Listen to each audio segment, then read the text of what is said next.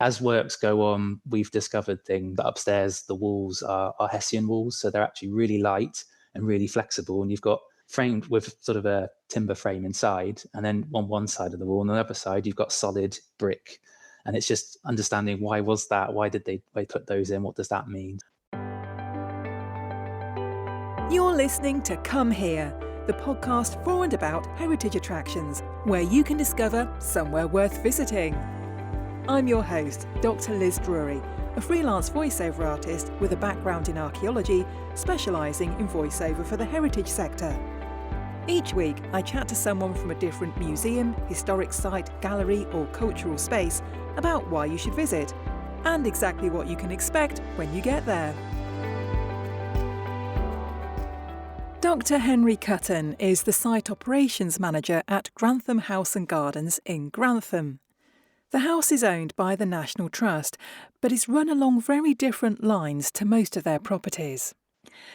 Thank you very much for being my guest on the podcast today, Henry. You're very welcome. Lovely to be here. So tell me about your role at Grantham House. What do you do there? So I am the Community Participation and Volunteer Manager. To make that nice and simple, essentially, I'm here as Site Operations Manager.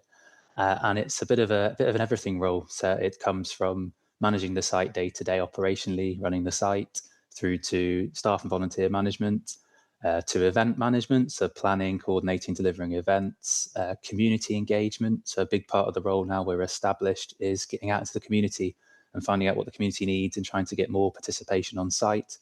It's supporting running the cafe and working with a manager on that side to make the cafe as viable as possible. All the way through to managing the garden team with support from Belton, and just general everything that comes up in between. So it's quite an exciting role. There's plenty to it, and no day's the same. Yeah, lots to do. So how long has Grantham House been in the care of the National Trust? It's been with the National Trust since 1944, so a very, very long time, actually. If you consider our sister property, Belton, that's been since 1984. So it's been quite a long time. The property's never been open to the public until last year. So it's the first time that it was opened. It's always been lived in and tenanted.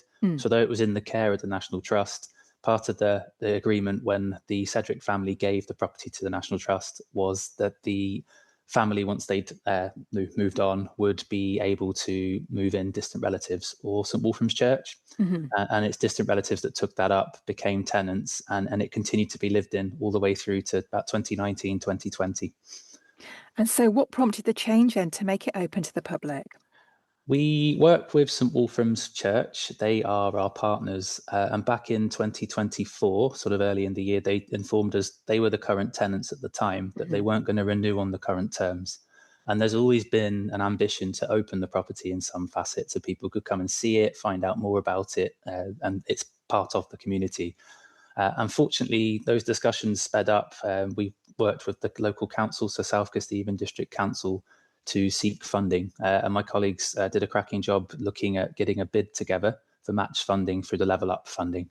Unfortunately for us, that came through, and it allowed this project then to really kick into life from there. Some of the agreements, the things that were all in there, we've covered. And it was exciting to actually be able to go, yes, we can. With the funding, we can make this happen working together. And work started in November 2025. 2024. Apologies, get my years confused. And then we moved through to the project finishing and opening on the 1st of May last year, so 1st of May 2025. Yeah, so you've been open for just over a year now. And yes. Quite unusually for a National Trust property, you're free to visit, aren't you? Yes, there's not many.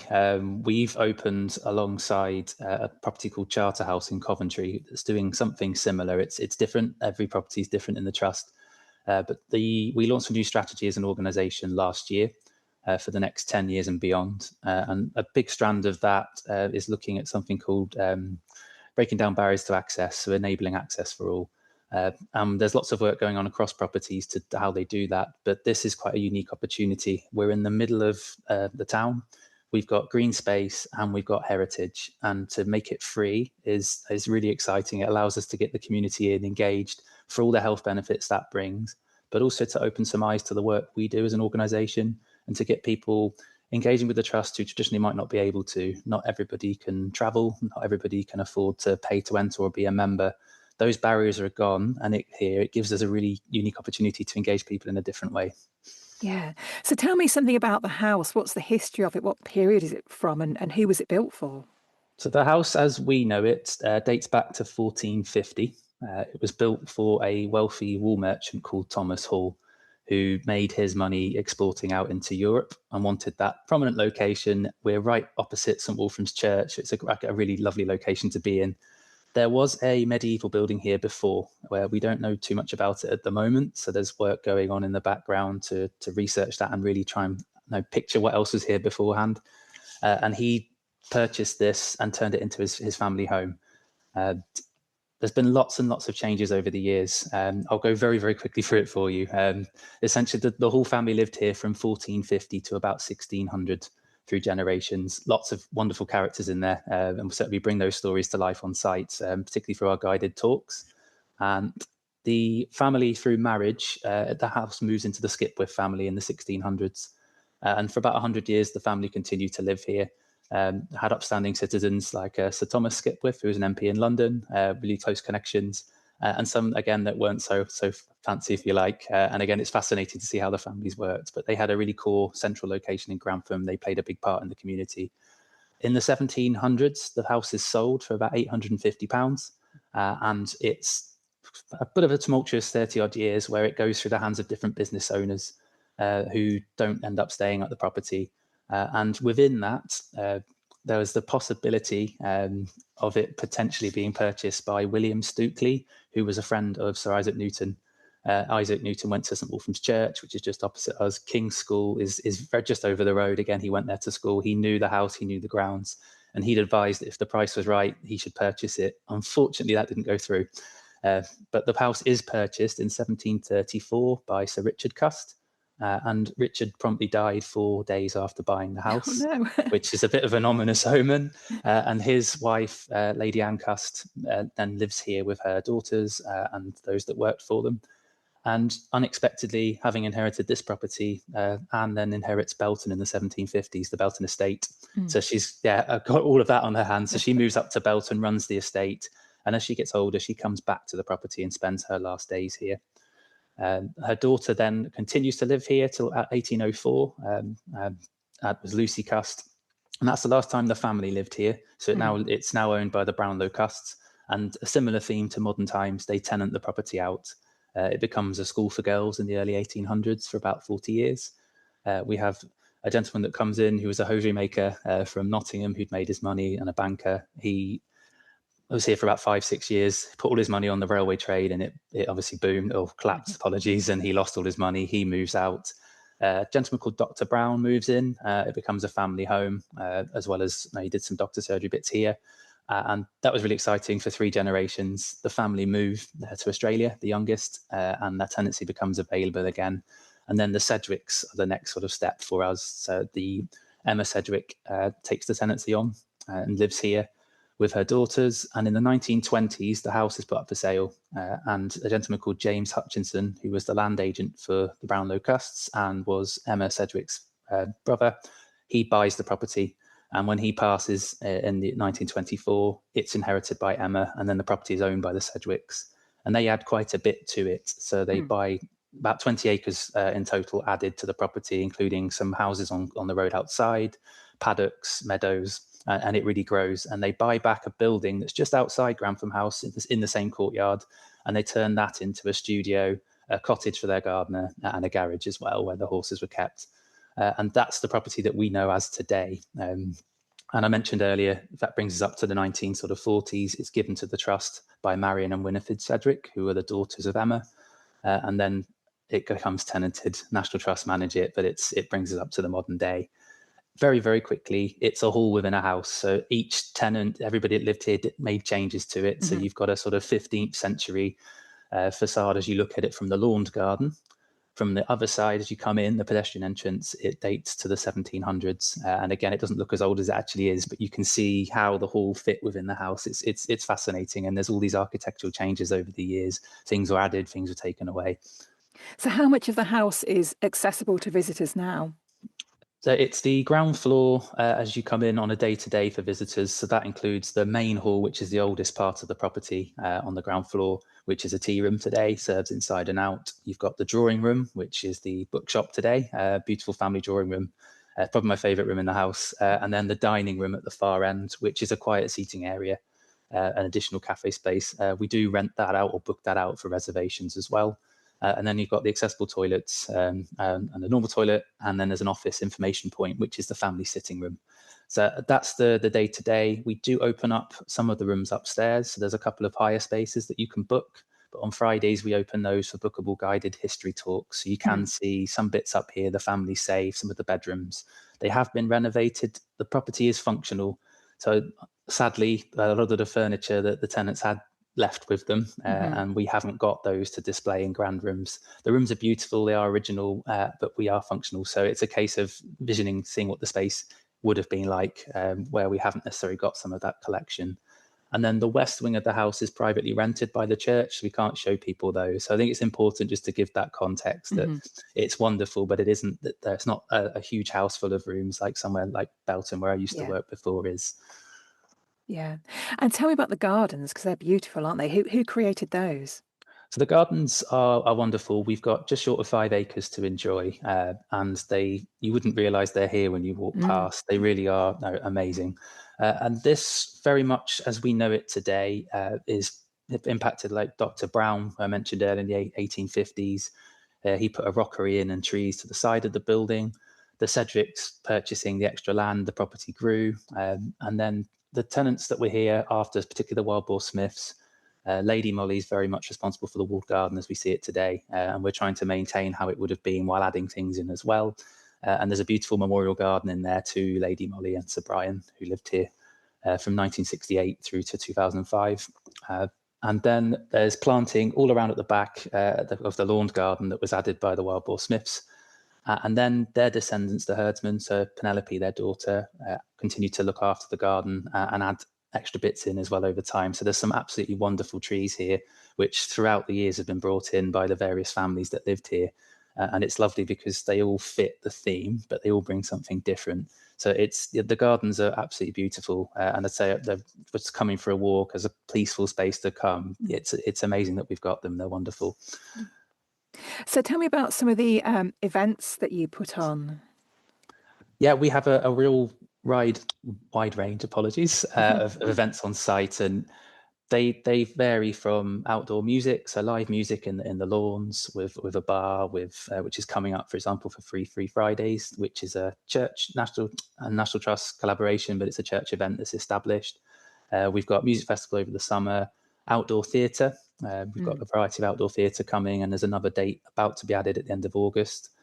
We have lots of workshops and groups, so art workshops, classes, yoga, Tai Chi, they're very, very popular both in and out of the house on that one. And a real range to try and accommodate lots of different audiences. Again, activities for children during the holidays, through trails, through interactive elements that we can put around the grounds, through to just general full day events and exhibitions. So we've got the Lace Makers Guild here this coming weekend. We recently had a Doll's House exhibition in the house, and that will be coming back in September, and I'm really excited for that. And it's here for people to use. It's building those events up. So there's a lot more to come. There's lots of things. So I'd always advise people just to keep an eye on our website, on our socials. There's something for everybody. Yeah. And you said earlier you're very much about encouraging the local community to come and use your spaces. How is that going? It's going well. I think it's a never-ending journey, and I think you can't stop or sit still. One of our challenges is still letting people know we're here. We're so new. It's so different. A lot of people will see it's National Trust and assume it's your normal National Trust process. So although we've done quite a bit of promotion and we're getting out there, there's a long way still to go. And there's definitely audiences that we need to meet. We haven't got in yet, and to represent Grantham, but also the wider community. So I think it's made really big progress. We had 50,000 visitors in our first year, which is way more than we expected. And through the events, through the markets, I should have mentioned we've got monthly markets, artisan market in the summer that's really popular. All of these things bring in new audiences and help us raise that profile. But yeah, there's a long way still to go on that one. But no, it's an exciting challenge. Yeah, it's certainly different. When I came, I immediately got out my National Trust card, and the person on the gate said, "No, no, that's Yeah. not needed. We're not charging anything to come in," which is great. How accessible is a site for people who've got mobility issues? I'd say again, we'll be upfront. It's okay. There's still quite a bit to do. So the ground floor of the house, the courtyard as you come in is gravelled, but it's compact, so you can get across it fairly easily. The house, the ground floor is all level access. The accessible toilet is level access, and you can get through the lower ground floor out onto the rear lawns absolutely fine, and you can get round them. If you want to explore further, that's where some of the challenges can come. So there's a little hill on the lawn garden, which again we can get wheelchairs and push chairs up, but it depends obviously on what people are comfortable doing. So we are looking at ways to improve that. And then if you're heading down from the entrance courtyards down to the gardens, it is gravel paths. So all the paths are gravelled, and there is an incline. It's not huge, but over time it builds up, so it can be hard work. Uh, the meadows are all lawned, or grass paved, so again they're not as bad, weather dependent. But I think it's one where it's by all means, if someone's looking to come, contact us. We can give you a bit more guidance on what's there and let you make that decision. But certainly, to get into the house is fine. Yeah, I know you don't have your own car park, so can people who are disabled park nearby? They can. So I'm delighted to say, although we haven't got a car park, we do have a very limited number of accessible parking spaces that visitors can book. We asked to pre-book just because we can't leave the gates open to the car park. So it's a case of if you get in touch with a member of the team on site, we'll run through how to get here, what to do on arrival, and then we'll open the gates, we'll get you parked up, and that puts you right in the entrance to the site. So you're right by the house entrance. Yeah, that's brilliant. And how dog friendly are you? Very dog friendly, and I'm delighted to say that it's very unusual that again you can bring your dog in the house. So the cafe, the drawing room, apart from the dining room, the ground floor of the house is dog friendly. All the gardens, everywhere. There's nowhere you can't go. We just ask that dogs are kept on short leads at all times. And any mess is picked up. But no, Yeah. we love having the dogs in. It adds a real element to the site, and it's lovely. So there's dog bowls all around the site. We're always open to ideas to bring more dogs in as a destination to come and walk. It's perfect if you're in town to meet up, walk the gardens, grab a coffee, and then enjoy your day from there. Yeah, definitely. And how about children? How family friendly are you? I think there were some games out on the lawn when I came. Yep. So we've got lawn games out, which this time of year are out every day. There's a mixture: giant chess, giant snakes and ladders, croquet, giant Connect Four, all sorts. We've got an activity station inside for children where you can come and collect a bag, collect some items, go bug hunting, exploring the grounds. There's colouring in sheets. At the moment, we've got bee-themed activities. So there's a bee word search, there's a bee spotter's guide you can collect to go and find the bees around the ground, see what you can see. Some activities there as well in terms of making a bee spiral that you can hang, which is lovely. And we've always got children in mind. So there are board games that you can play inside. There's a jigsaws out. We're very relaxed. It's a really calm space inside and out. And certainly for families, no, absolutely. No, please do come. We've got bits on the menu for you as well in terms of children's drinks and some snacks as well. Yeah. You mentioned earlier about you hold some talks upstairs in the house. What kind of topics do those cover? That they cover a real variety. We're trying to bring to life the key sort of the people that lived here, so that we've got core dates. We know when things happened. Actually, what visitors won't get without that guide is who lived here and how, what impact they had in Grantham and beyond, but also what did they mean at the house. And how did the house fit their life and what they were doing? So we focus quite a lot on the families here, the halls, the skipwiths, the sort of those years I mentioned in the 1700s, the Brownlow custs, and we take them in each sort of era of the house, if you like, and really bring those stories to life. We talk about the architecture of the house, so you'll go around and we can show you some of the changes. There's a fabulous part just inside the opposite side of the main hall, which we open up for visitors quite readily to see. You've got the original exterior wall, and it's exposed on a stairwell that was added. And the Cedric's uncovered windows that had been bricked in, which date back, we think, to the 13th century. So again, I mentioned there was an older building there, and they're absolutely beautiful. You can see the original top of the original door. The visitor toilet is the original floor level, and you can see where the original entrance was. And it's lovely to bring sort of those details to life as well that are dotted around the house. So it's a mixture of architecture, sort of the changes over time, and the history and who lived here. So bringing those stories to life and those people to life. Yeah. Are you still discovering things about the house? Yes. And actually, one of the most wonderful things since we've opened is it's come from visitors as well. People who knew some of the people that lived here. So people that knew the Sedgwicks, people that we've had descendants of Dr. Brown, and they've told us things we didn't know.